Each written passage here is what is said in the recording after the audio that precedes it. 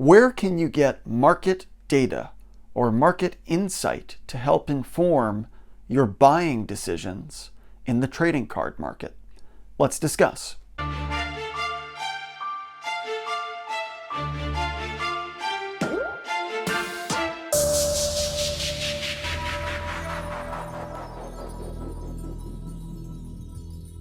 Hey, what's going on, folks? Welcome back to the Parkside Merchant channel. Wanted to do kind of a quick video today about market data and market intelligence in the collectibles and trading card category, particularly for Yugioh, which is the primary focus of this channel.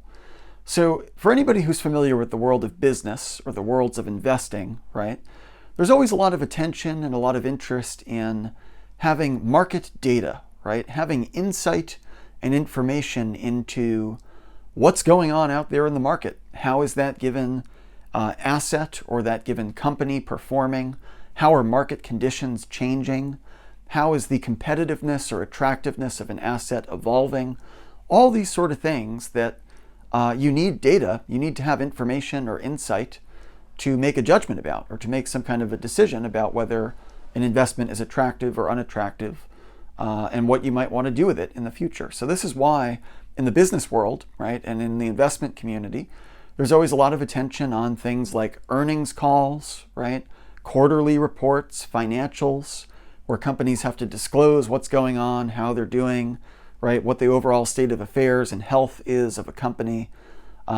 This is why a lot of investors and a lot of people in the financial community watch the news, right? They pay attention to how different major indices are performing. They pay attention to major political or major environmental or other things that happen in the world that can affect the valuation of assets, the performance of companies, the health of nations, and the overall performance of markets.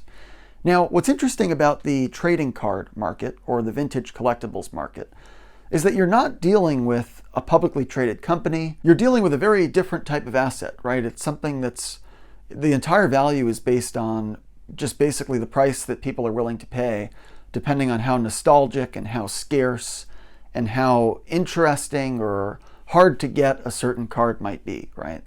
So the valuations are, it's not like it's based on quarterly performance or it's based on revenue or it's based on sales or anything like that. A trading card doesn't do any of that stuff, right? It just sits in a vault or it sits in a shelf and it doesn't really do much, right, from that angle of things. So in my opinion, what I wanted to do was kind of give a quick rundown on the top 10 sources of market data or market intelligence that I tend to use when I'm trying to make a decision about what I might be willing to do or what I might be interested in purchasing when it comes to vintage trading cards. So I think the first data source that a lot of people love to use because it's very transparent and it's very accessible and it's the major platform where a lot of big deals go down is eBay. eBay is a really nice place where you can check sold listings, you can check how generally available different types of cards are, you can kind of get a sense of what the price looks like for certain assets, you get a sense of who's selling them,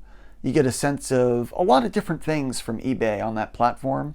Can give you a lot of data or a lot of intelligence about who's got the cards, what are they going to charge for those cards, how many people are watching those cards, what have they sold for recently. All that kind of intelligence can help you make a decision for yourself about whether you may be interested in buying that card, selling that card if you happen to own that particular asset.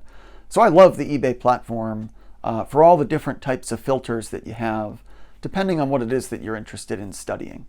If it's the market price, if it's different seller distributions, if it's sale dates, how long it's been since something was up, all kinds of fun stuff that you can look at using the eBay platform.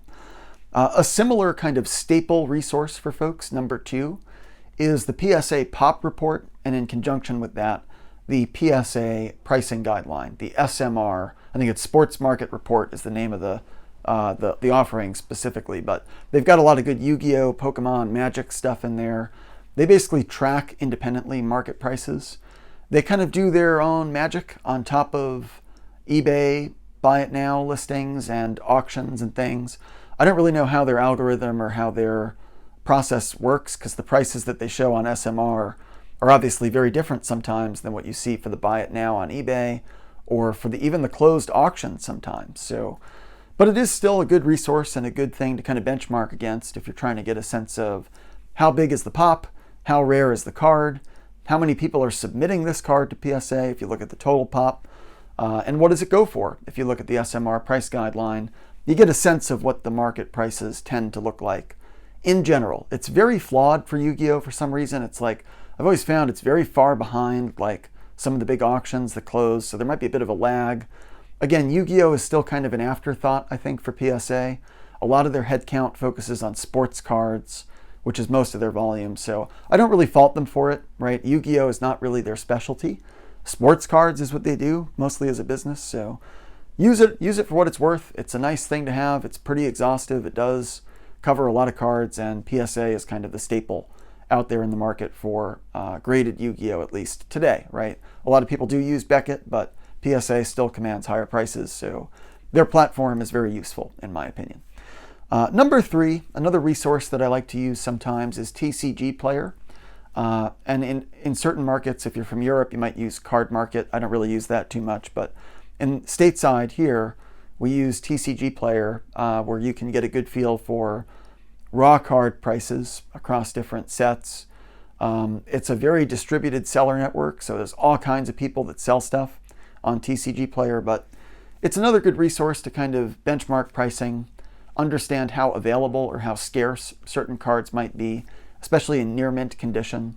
And it's just another good resource to have out there if you're interested in studying prices or getting data about how cards are moving or how expensive they are. All right, number 4 is the PWCC website. They've got a lot of interesting stuff, not only from the vault and from their auctions that they host, but they do have their own apparently independent price tracking activities, which you can use to get a sense of what cards are going for, the extent to which they're available at PWCC, because it's also an auctioning and commerce platform, a lot like eBay. PWCC does actually run its own auctions sometimes, or its own sales that close off the eBay platform, which is interesting. So another good source, another pretty tried and tested brand in the world of collectibles, in the world of trading cards. So it's another nice place to go to check prices, see how available cards might be, and get a sense of the overall state of the market. So in the investment community, a lot of people like to watch commentators, right? They like to watch people like Kramer, right? Or some of these other sort of media personalities that talk about markets and talk about trends and things like that. I found actually that YouTube is a very effective medium for folks to get market insight, either from the comments sections, where people are talking about different cards and different news stories and things like that in the world of trading cards. And then from the major commentators themselves, right? There are several people out there in the trading card world, Pokemon, Magic, Yu-Gi-Oh! Pretty much every card market has its own commentators and people. I often find it's useful to listen to those folks, see what they're picking up on, what kind of signals they're seeing, what kinds of observations they have about the market, and how their viewership responds to those videos, right? Because the people that watch this stuff are more often than not market participants, so you get some good voice of market, voice of customer, voice of buyer feedback in the comment section sometimes. So that's another good way to get a read on the pulse of the market, is kind of thumbing around through some of these YouTube videos and watching different people talk about the market today. Number 6 is Instagram. So you might say Instagram for market intelligence and market insight. How does that work? Well, Instagram has a very nice organized hashtag feature. So if you're looking for a specific card, or you want to get insight about a specific category in the Yu-Gi-Oh! Market, more often than not, if you just run a search with the hashtags, you'll get a sense for who has that card in their collection. Have they sold it recently? Are they trying to sell it? Who's commenting on these cards that might be trying to buy it? There's a whole lot of interesting insight that you can glean from Instagram pages for some of the major collectors, and even for people that are just one-offs that happen to have a card that they're posting on Instagram. It's always good to kind of know what's out there, who has it, and at what prices they might be thinking about selling it. Number 7 is Reddit. I'm not personally a big Reddit user. In fact, I almost never really use the resource for much of anything, but I know that there are a lot of threads and there's a lot of forums and a lot of discussion sort of areas for people to talk about Yu-Gi-Oh related topics, some of which I believe is investment related or asset sort of pricing or availability related.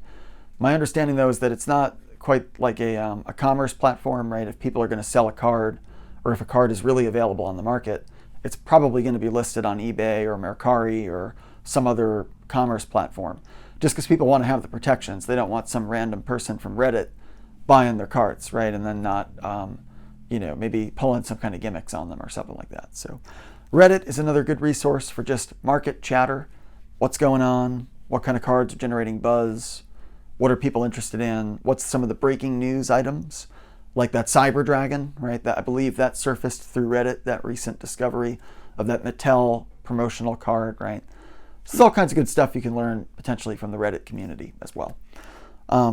Number 8 is actually just the news.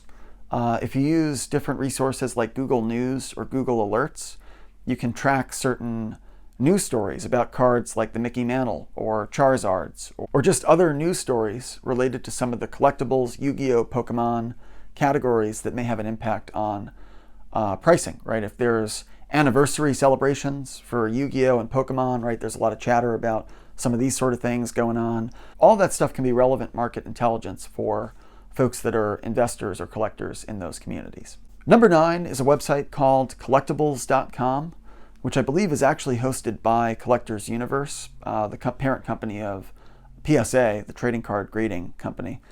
It basically maps to eBay and Mercari and a couple of other exchanges or platforms basically for trading cards, but it's kind of another cool resource you can use to get a sense of what's out there, what prices it's listed for, what has sold recently, because a lot of the stuff on collectibles.com tracks just the sold prices for things that are no longer available. So another good resource to use if you're just looking to get a quick read on what's out there and how available a certain card might be. So the last resource that I wanted to shout out here in this video is the Yu-Gi-Oh databases that exist online. There's the Yu-Gi-Oh Fandom Wiki, in my opinion, is one of the better ones. That's where, like, there's a lot of cards, right, in Yu-Gi-Oh. You got those 11 original sets, right? You've got just loads of inventory, loads of cards out there. Sometimes it is easy to forget, what were some of the supers or what were some of the ultras from certain sets. And so having a resource that's just a repository where you can very easily click around and immediately see like what was in different sets, how many times was it reprinted, what are some of the newer products coming out, and all that sort of stuff. That's a pretty good resource for people that may, it's been a long time since a lot of us have played Yu-Gi-Oh since back in the day. And having a database that you can just thumb through and know what cards are where, what was the rarity, has it been reprinted, all that sort of good stuff can be useful for making a buying decision or a selling decision when you're thinking about your collectible assets. So that's all for today's video, folks. I hope you enjoyed the content and some of these resources that I talked about. Let me know in the comments, right? What resources do you use? What did I forget about in this video? What are your thoughts on some of these different platforms and different data sources? Once again, this is the Parkside Merchant Channel. Appreciate everyone's time, and thanks again for watching. We'll see you next time.